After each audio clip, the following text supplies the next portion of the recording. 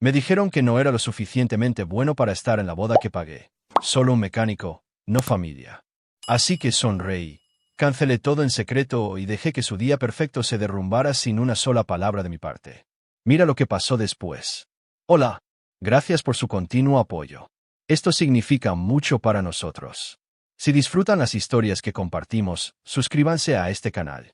Sería genial si también pudieran comentar desde qué ciudad nos están viendo. Podríamos mencionarles en nuestra próxima historia. Hoy, nuestra mención especial es para John Harvey de Nueva York. Nos alegra que disfruten nuestras historias.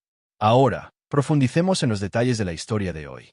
Estaba de pie en la cocina, mirando el recibo arrugado del lugar, todavía sujeto con un imán a mi refrigerador, cuando mi teléfono vibró. El nombre de mamá brilló en la pantalla, igual que siempre. Sin tono de llamada especial, sin emoji de corazón. Respondí sin pensar, limpiándome la grasa de las manos con el dobladillo de mi camisa de trabajo, todavía sintiendo el sabor metálico del café barato en el fondo de mi garganta. No sabía que en los próximos 2 minutos, cualquier frágil hilo que nos uniera finalmente, afortunadamente, se rompería. Su voz era fría incluso antes de decir mi nombre. No vendrás a la boda, me dijo, como si estuviera leyendo un informe meteorológico. Sin preámbulos, sin disculpas, solo eso. No dije nada. No sé si fue la sorpresa o la familiaridad de ser tomado por sorpresa lo que me aturdió más. Me quedé allí, dejando que las palabras se hundieran, sintiendo que me tiraban de los pies como agua sucia. No es nada personal, agregó rápidamente, como hace la gente cuando sabe que está mintiendo.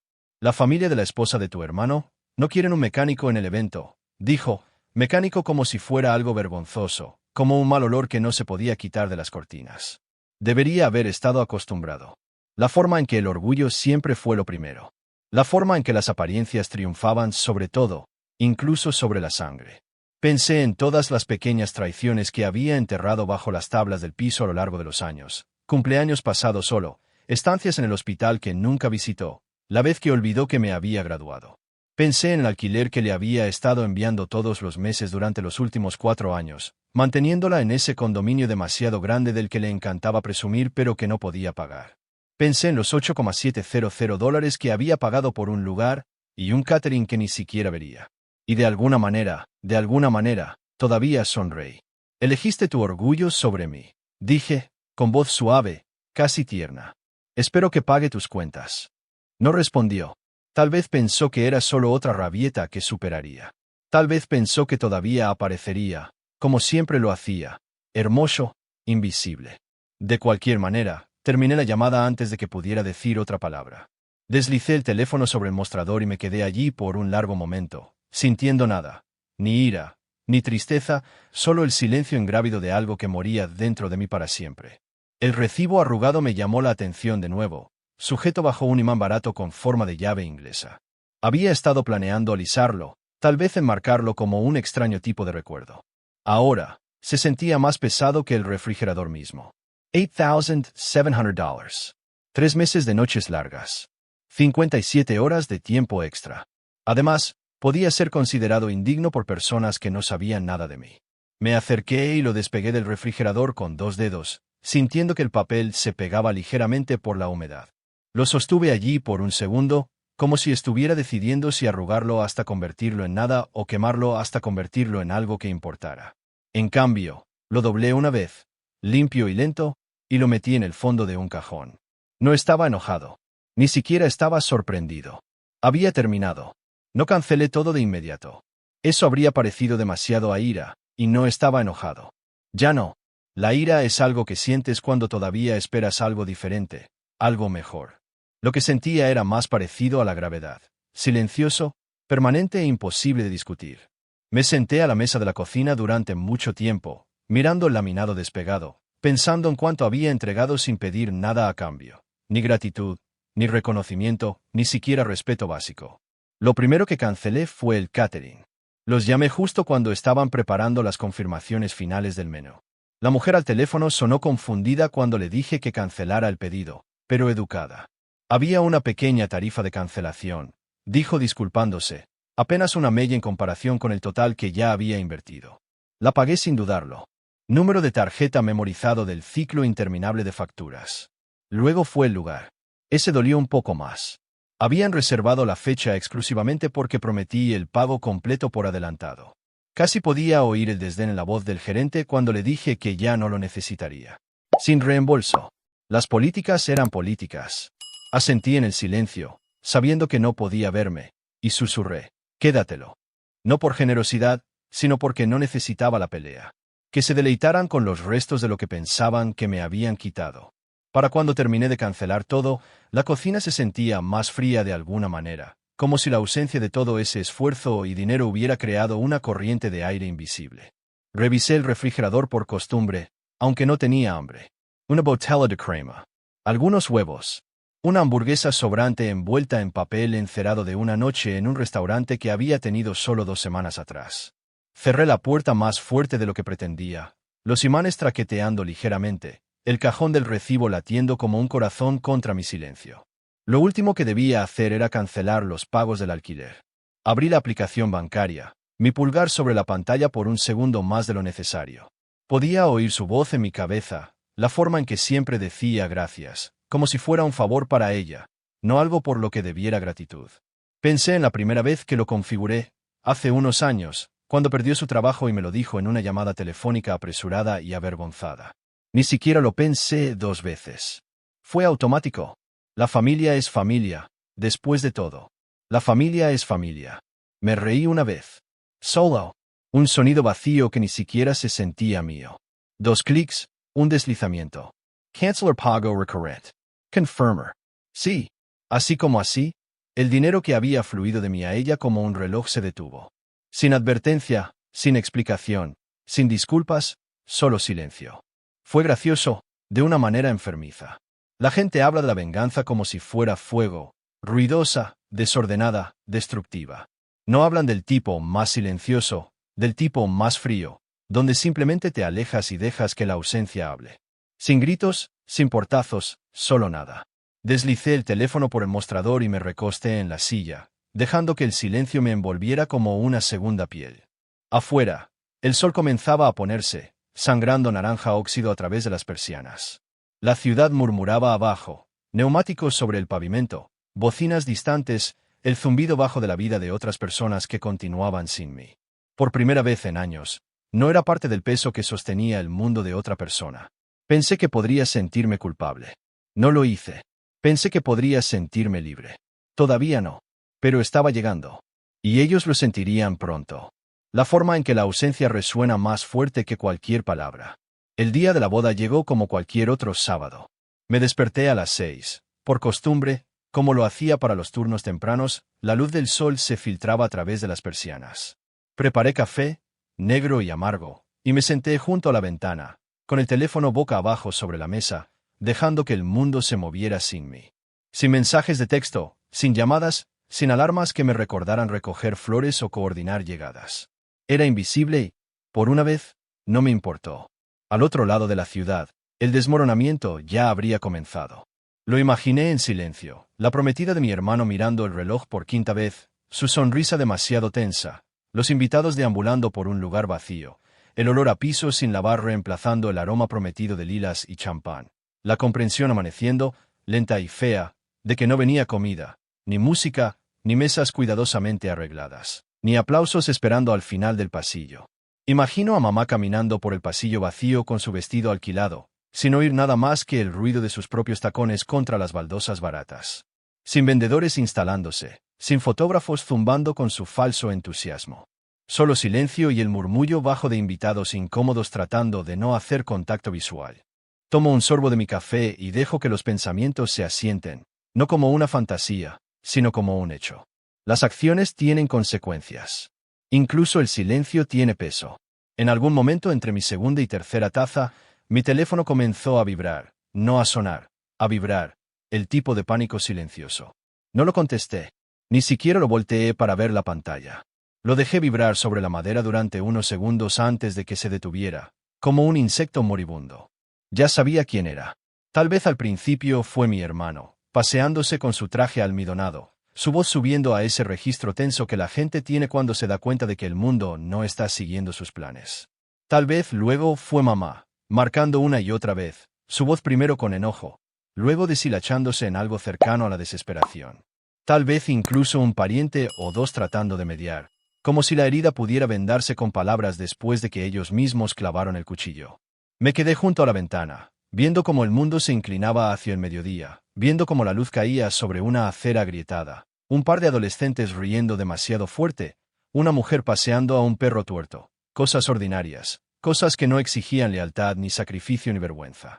Las llamadas seguían llegando en ráfagas, momentos de silencio, luego una avalancha de conexiones perdidas. No contesté ni una sola. ¡Hais huevos! ¡Midosh! Abrí una cerveza antes de mediodía porque hoy no había obligación de ser bueno, ni educado, ni rescatable. En algún momento entre la tercera y cuarta llamada perdida, me di cuenta de algo. No llamaban porque me extrañaban. No llamaban porque se dieron cuenta de que me habían lastimado. Llamaban porque su castillo de naipes se había derrumbado y necesitaban a alguien a quien culpar. Tal vez mamá lloraría a los invitados, inventando historias sobre una emergencia de último minuto que nadie creía. Tal vez los suegros de mi hermano sonreirían con disimulada cortesía, reevaluando la familia a la que acababan de encadenarse. Tal vez se tomarían fotos de todos modos, rostros sombríos bajo dos luces brillantes, prueba de que el evento sucedió, incluso si la celebración no. No era mi problema. El cajón del recibo golpeó suavemente cuando lo cerré esa mañana, un sonido tan pequeño que te lo perderías si no lo estuvieras escuchando. Pero lo escuché. Lo sentí hasta el fondo. Ese trozo de papel arrugado, $8,700 y una vida de amor incondicional adjunta, todavía vivían allí, pesados, sin remordimientos, intactos. No me vestí. No conduje por la ciudad para ver los restos. No lo necesitaba. Algunas pérdidas se pueden sentir en los huesos, incluso a kilómetros de distancia. Me quedé en casa y viví mi día. Y en algún lugar en medio de su perfecto desastre, tal vez finalmente notaron que mi ausencia no era enojo. Era definitiva. Llegó el 1 de mes como siempre, constante, infalible, inevitable. A las facturas no les importaban las bodas ni los arrepentimientos. Tampoco a los caseros. Me desperté temprano de nuevo, más por memoria muscular que por intención. El mismo sol cansado entrando por mis persianas. La cafetera chisporroteó, llenando la pequeña cocina con su calor a quemado. En algún lugar de la esquina, la notificación de la aplicación bancaria hizo vibrar mi teléfono una vez. Transferencia de alquiler mensual incompleta. No me inmuté.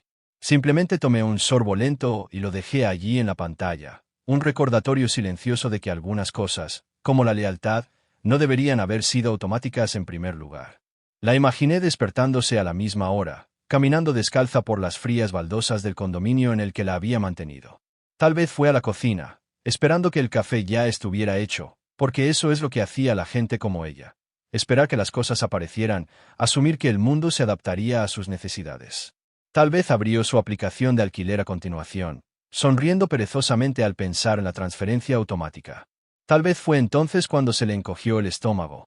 Alquiler pendiente. Saldo vencido. Me imaginé la confusión agudizándose en miedo, luego en ira. Probablemente llamaría primero, por supuesto. Tal vez dejaría un mensaje de voz. El tono en algún lugar entre cortante y lastimero, exigiendo una explicación. Debe ser una falla, se diría a sí misma al principio. Solo un error, porque la alternativa, que finalmente me hubiera detenido, sería demasiado fea para enfrentarla antes del desayuno. Pero la tecnología no miente. Yo tampoco. Otro zumbido, mensaje de voz de mamá. No lo escuché. Simplemente vi cómo la notificación se disolvía en la nada. Para el mediodía, me imaginé que estaría luchando.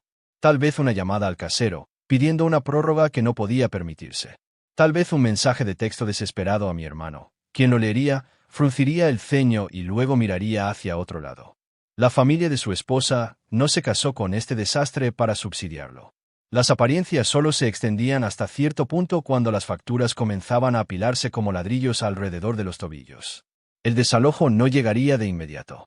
Estas cosas llevaban tiempo. Avisos clavados torcidamente en las puertas, hojas rosadas dobladas bajo los limpiaparabrisas, llamadas educadas pero firmes de los administradores de propiedades que no tenían interés en los dramas familiares, solo en los saldos impagos. Aún así, el reloj había comenzado a correr. Lo que pasa con el alquiler, con la supervivencia, es que no le importa el orgullo. El orgullo no te mantiene un techo sobre tu cabeza. El orgullo no paga la factura de la luz. El orgullo no lina la nevera. Pensé en enviarle un mensaje de texto solo una vez. Una simple línea. El amor tampoco paga el alquiler. Pero no lo hice. El silencio se había convertido en mi arma más afilada, y estaba funcionando mejor que cualquier palabra. Afuera, la vida seguía sin fanfarrias. Los niños jugaban a la rayuela en las aceras agrietadas, una mujer paseaba a su perro por la calle, deteniéndose para ajustar su pequeño impermeable. Los camiones de reparto retumbaban por la carretera, indiferentes a las pequeñas implosiones que ocurrían a puerta cerrada. Me recosté en mi silla, estirándome hasta que mi columna vertebral crujió, sintiéndome más ligero de lo que me había sentido en meses. El 1 de mes solía ser un día que me apretaba el pecho, me hacía nudos en el estómago, otro recordatorio de la deuda que tenía que pagar solo para ser aceptado. Ahora era solo otro día, solo café y clima y el suave sonido de la libertad entrando por debajo de la puerta. Ya no era ira. No era venganza. Era alivio. Los mensajes de voz comenzaron a acumularse en cuestión de días, amontonándose como basura que nadie se molestó en sacar. Nunca los abrí. No lo necesitaba. La línea de asunto decía suficiente. Por favor, llámame. No entiendo. Necesitamos hablar. Al principio, los mensajes eran tensos y cortantes, la voz de una mujer todavía convencida de que podía arreglar las cosas con el tono correcto, la influencia correcta. Tal vez pensó que si usaba la combinación correcta de vergüenza y culpa, me derrumbaría como siempre lo hacía. Tal vez pensó que el peso de la vieja lealtad sería más pesado que la ligereza de ser finalmente libre. Estaba equivocada. Luego los mensajes de texto cambiaron, cosas cortas y rotas. ¿Por qué me haces esto? Después de todo lo que he hecho por ti, la familia no abandona a la familia. Me senté a la mesa de la cocina, bebiendo mi café, viendo cada nuevo mensaje deslizarse por la pantalla como un desfile de delirios en cámara lenta. No hubo disculpas, ni admisión, ni comprensión real, solo la confusión atónita de alguien que se mira en un espejo y no reconoce la cosa rota que lo devuelve la mirada. Había pasado tanto tiempo esculpiendo el mundo en torno a su orgullo que no podía comprender una realidad en la que simplemente ya no seguía el juego. En su mente, el amor era una transacción. Dabas cuando era conveniente, cuando te compraba algo, apariencias, control, lástima, pero la lealtad real, el amor real, eso era invisible para ella, desechable. Y ahora, frente al vacío que había creado, se revolvía como una mujer tratando de construir un bote con fósforos mientras la marea ya la arrastraba. Unos días más tarde, un número diferente brilló en la pantalla. Mi hermano. Por un segundo, no más que un latido, una parte de mí casi alcanzó el teléfono. No porque lo extrañara, no porque creyera que había cambiado, sino porque en algún lugar enterrado bajo los escombros, una versión más joven de mí todavía anhelaba a la familia. Pero no contesté, porque la familia real, no necesita ser comprada ni suplicada. Aparece. Se queda. Te elige cuando sería más fácil no hacerlo. No me habían elegido. Y ahora yo no los elegía a ellos. Eliminé el mensaje de voz sin escucharlo. Un corte limpio, sin drama, sin medias tintas. Esa noche, mientras la ciudad zumbaba fuera de mi ventana, me di cuenta de algo que me apretó la garganta y el corazón. No estaban tratando de curar nada. Estaban tratando de arrastrarme de vuelta, de rebobinar el reloj, de fingir que nada de eso había sucedido para poder seguir tomando sin dar. Pero el reloj no retrocede. Y los fantasmas no resucitan. Dejé que el silencio creciera. Dejé que se extendiera entre nosotros como un cañón excavado por cada pequeña traición, cada cumpleaños perdido, cada sacrificio invisible. Los dejé sentarse los escombros que construyeron con sus propias manos. Porque a veces lo más amable que puedes hacer es darle a alguien un espejo. Y a veces lo más amable que puedes hacer es dejar que se vean a sí mismos, incluso si eso los destroza. El recibo permaneció pegado a mi refrigerador. Ahora se había curvado ligeramente en los bordes, el papel volviéndose suave y amarillo en las esquinas, como algo antiguo y frágil. Cada vez que abría el refrigerador para tomar una cerveza o algunas sobras, revoloteaba un poco, susurrando su silencioso peso en la habitación. Podría haberlo tirado, podría haberlo arrugado en una bola y habérselo dado a la basura como todas las promesas vacías que solían venderme. Pero no lo hice. No era un símbolo de amargura. Ya ni siquiera era un recordatorio de ellos. Era una prueba física e innegable, de que podía amar a la gente con todo lo que tenía, y aún así podían decidir que no era suficiente. Era una marca de la línea que finalmente había trazado, no por despecho, sino por supervivencia. Por recordar finalmente que la lealtad sin dignidad no es lealtad, Es esclavitud. Los mensajes de voz se detuvieron después de unas semanas. Los mensajes de texto también se secaron. Nunca llegaron disculpas. No hubo grandes gestos, solo silencio, espeso y pesado al principio, luego más y más ligero hasta que fue como respirar por primera vez sin una mano presionando mi pecho. La libertad es así de silenciosa, no un grito, un suspiro. El alquiler nunca se reinició. La aplicación bancaria permaneció dichosamente inmóvil.